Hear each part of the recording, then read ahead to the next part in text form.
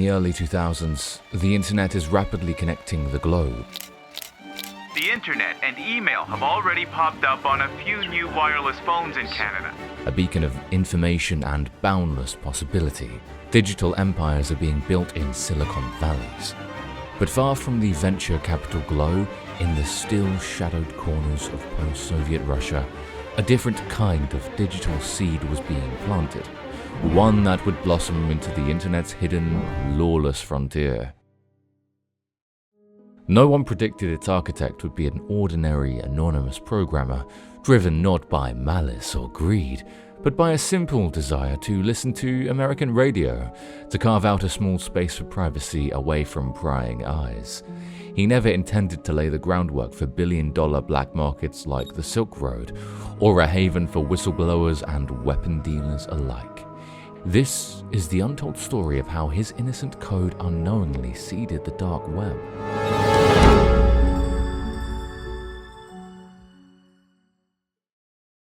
Our story begins in the dying embers of the Soviet Union, a superpower built on control. Information was a state weapon. In the late 1980s, Mikhail Gorbachev's glasnost reforms offered a fleeting taste of freedom. If you seek liberalization, come here to this gate. Mr. Gorbachev, open this gate. But the Soviet collapse in 1991 plunged the nation into chaos. Hardliners resurfaced. A new security state began to eye the nascent digital frontier, the internet. Even as the first Western PCs trickled into Russian universities, the old habits of secrecy persisted, but necessity, as always, mothered invention. In the early 1990s, engineers at Moscow's Kurchatov Institute, working around state controls and Western sanctions, quietly launched Relcom. The 1990s in Russia were a wild west. Economic ruin, rampant crime, but amidst the turmoil, a generation of highly skilled software engineers found themselves free agents. By the late 2000s, the Kremlin's paranoia about the internet was palpable. A campaign to monitor and isolate Russian web traffic gained momentum. Every blog post, every message, potentially under surveillance. In 2018, even the popular encrypted messaging app Telegram was declared illegal for refusing to hand over user keys to the FSB. The result? A surge in VPN use.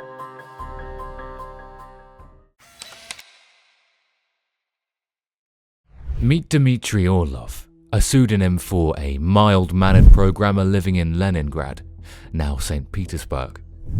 Born in the 1970s, he grew up under the shadow of KGB surveillance and state propaganda. After college, he landed a dull government programming job, but his mind raced far beyond his dreary office. Evenings were for his true passion, exploring the hidden corners of the fledgling internet.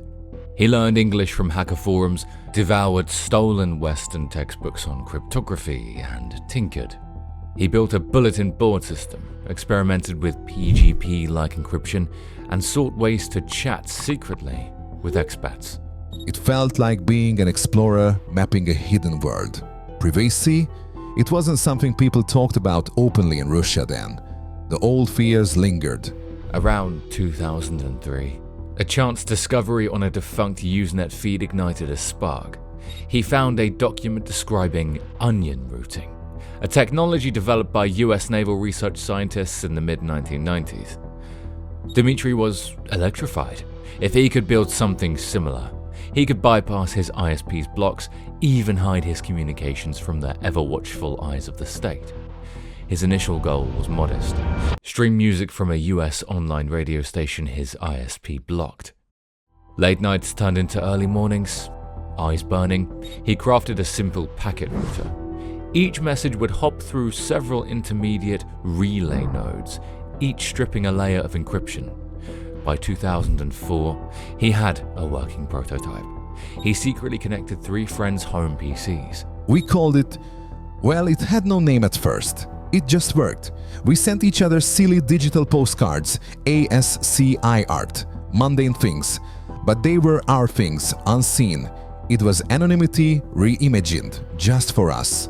He soon realized this wasn't just a private chat line, it was a new kind of dark net, a network hidden within the public internet, accessible only to those who knew the way in. He gave it a name, chosen lightly, without grasping the future weight it might carry: ShadowNet.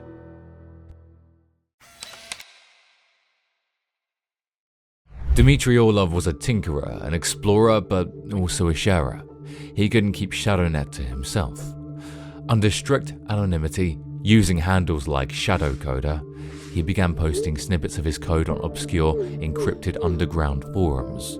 I2P and early Tor-based mailing lists he'd stumbled upon.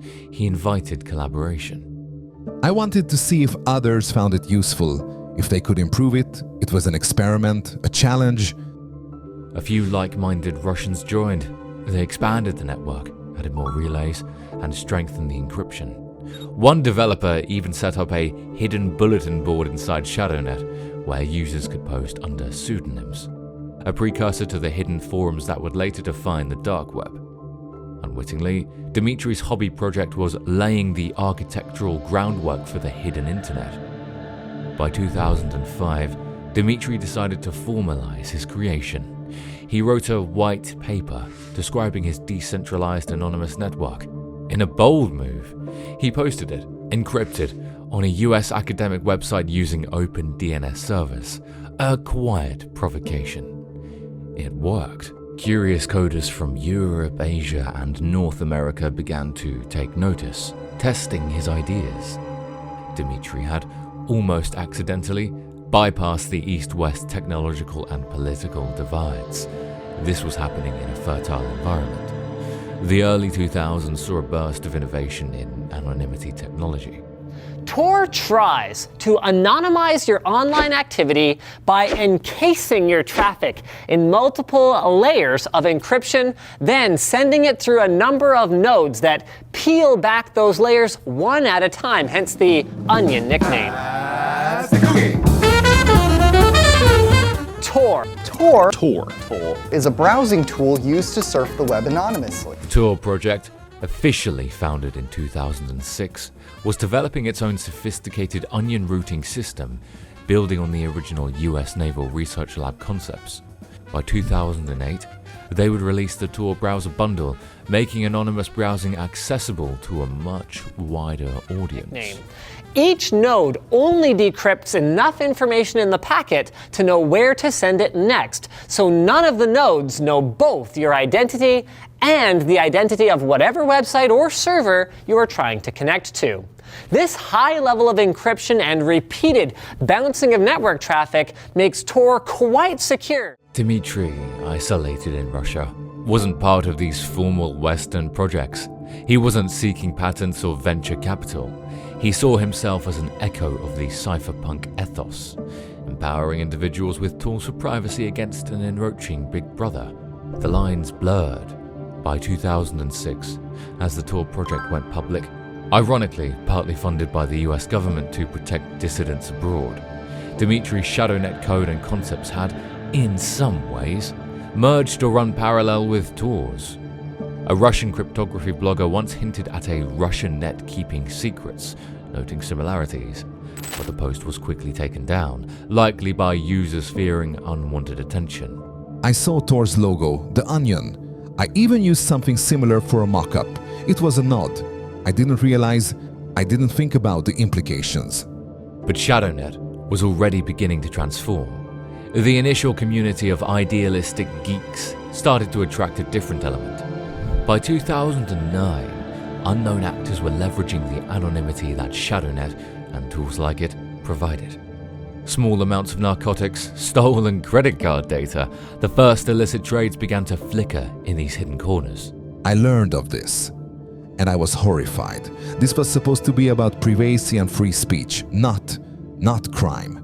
I even put warnings and disclaimers in the code, but it was like trying to stop the tide with a spoon. The genie was out of the bottle.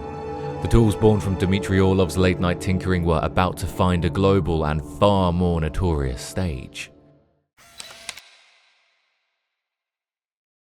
By the early 2000s, alongside Dmitry's ShadowNet experiments, other anonymity networks were quietly maturing, Freenet, Tor, and I2P, the Invisible Internet Project, each carved its own niche. Despite their growing sophistication, these tools remained largely the domain of a select few: activists, hackers, privacy absolutists, and researchers. The dark web, as a concept, was still in its infancy. The most common content wasn't criminal, it was often idealistic. Dissidents used these networks to communicate across borders, bypassing state firewalls. Journalists in repressive regimes relied on them to protect their sources and themselves. Whistleblowers saw a potential avenue to leak sensitive information without immediate reprisal. It was a digital sanctuary, a testament to the human desire for free expression. This was closer to the original dream. People using these ideas to speak truth, to connect when their governments tried to keep them apart. For a while it felt hopeful. But the very anonymity that protected the vulnerable could also shield the nefarious. The infrastructure was robust, the principles were sound. All it needed was a killer app, a reason for the wider, non-technical world to venture into these shadows. And then came the Silk Road. December 2010. A user on the Pirate Bay chat room casually mentions an odd-looking web address. This was the public gateway to what would become the most infamous marketplace on the dark web, Silk Road. Maybe let's start by explaining what is the Silk Road. It was really the first dark market website. You literally could buy anything there. Launched in February 2011 by a charismatic, enigmatic figure known only as Dread Pirate Roberts, Silk Road wasn't just a website, it was a statement, a revolution in anonymous commerce. Dread Pirate Roberts, later revealed to be Ross Ulbricht, a young Texan libertarian, envisioned Silk Road as a free market utopia, beyond the reach of government regulation or taxation. Tor was the perfect vehicle. Within months, Silk Road exploded. Tens of thousands of active users, revenues estimates soared, eventually reaching a reported $1.2 billion before its downfall. The media went into a frenzy. For many, Silk Road was the dark web. I watched it unfold on the news, in the forums. They were calling Ulbricht a visionary, a pioneer. They were talking about Tor, .onion sites, my ideas twisted into this. A global drug market. It was a nightmare. This wasn't freedom. This was something else entirely. In October 2013, the FBI swarmed a San Francisco library, arresting Ross Ulbricht. Silk Road was seized. The world breathed a collective sigh of relief, believing the monster had been slain. But there was an uncomfortable truth that few wanted to acknowledge. Silk Road didn't break Tor. It proved Tor worked. It demonstrated the power and resilience of these anonymity networks. And for Dmitry Orlov, hiding in the shadows, the manhunt for Silk Road brought a new kind of terror. Forensic analysts, dissecting the dark web's ecosystem, started noticing code similarities, architectural echoes between early hidden wikis and aspects of the technology Silk Road relied upon. The investigators, they were looking at the architecture. I knew some of my early code, my white paper concepts, they were out there. It felt like the walls were closing in. My small group, we scattered, deleted everything. I had to disappear. Dmitry changed his online handles and went silent. Rumors swirled. Had he fled? Been recruited? The truth was simpler and more terrifying. He feared not just the authorities, but also the very criminals whose empires were built on technologies he had helped pioneer. The fall of Silk Road didn't extinguish the dark web. It was merely the end of Chapter 1. The story of how a Russian engineer's pursuit of privacy and access influenced these networks was no longer just a technical footnote. It was becoming geopolitical, philosophical, and a deeply unsettling saga. But the same anonymity that shields the vulnerable also cloaks the predator. Once it becomes possible to act online without easy attribution, the line between freedom and lawlessness begins to dissolve. For every journalist protected by Tor, there's a scammer defrauding victims. For every dissident evading a tyrant, there's a trafficker exploiting the vulnerable. The infrastructure, born from a US military project, refined by idealists and hobbyists like Dmitry, and popularized by entrepreneurs like Ulbricht, remains. It's still partly maintained by volunteers, still influenced by engineers whose original intent was far removed from crime and global intrigue. The US government itself faces a paradox, funding towards development to support democracy abroad, while its law enforcement agencies simultaneously battle the criminal enterprises that tour enables. Dmitry Orlov pulled back into a quiet life, perhaps working for a defense contractor as the original text speculates, an ironic twist, watched from afar. His silly experiment had mutated, taken on a life of its own, fueled by forces far beyond his control or imagination. The question that haunted him, and now haunts us, is how much control does anyone truly have over this sprawling, shadowy ecosystem?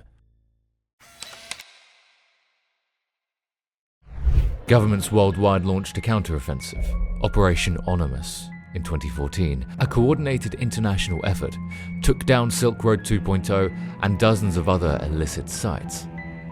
But it was like battling a digital hydra. For every dark marketplace shuttered, new ones sprang up, often more resilient, more decentralized, and more determined to evade detection. Alphabay, Hansa, Dream Market, each rose to prominence, only to eventually fall. By the late 2010s, one darknet behemoth dominated the Russian-speaking world, and much of the global illicit drug trade, Hydra. Launched around 2015, Hydra became a titan, processing an estimated 80% of all darknet market-related cryptocurrency transactions. In April 2022, a joint US-German operation finally brought Hydra down. Hydra was launched back in 2015, and it served as a meeting place for criminals and their customers. The site's illicit revenue had been skyrocketing. It generated about $10 million in revenue back in 2016, but more than $1.3 billion in 2020. A major victory, but the celebration was short-lived. Hydra. I read about it. 80%. My silly experiment. My desire to listen to music, leading to that. It's a weight, a shadow I can't escape. The dark web adapts, evolves. It's a mirror reflecting the darkest desires, but also the most desperate needs of a connected world. Who is truly running things now? The original engineers are long gone from the driver's seat. The activists use it as a tool. The criminals exploit it. But are there other, more powerful forces at play?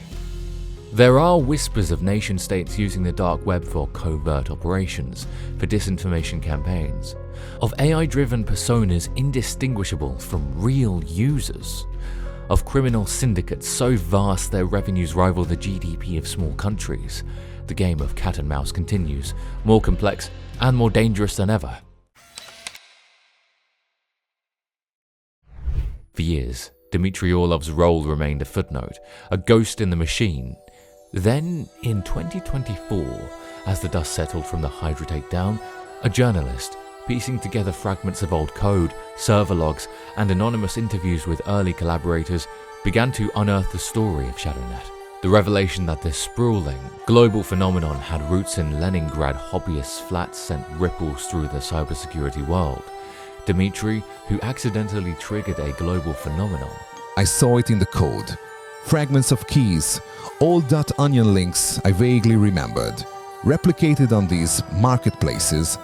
It was like listening to my own echoes, twisted and amplified. I felt a profound sorrow.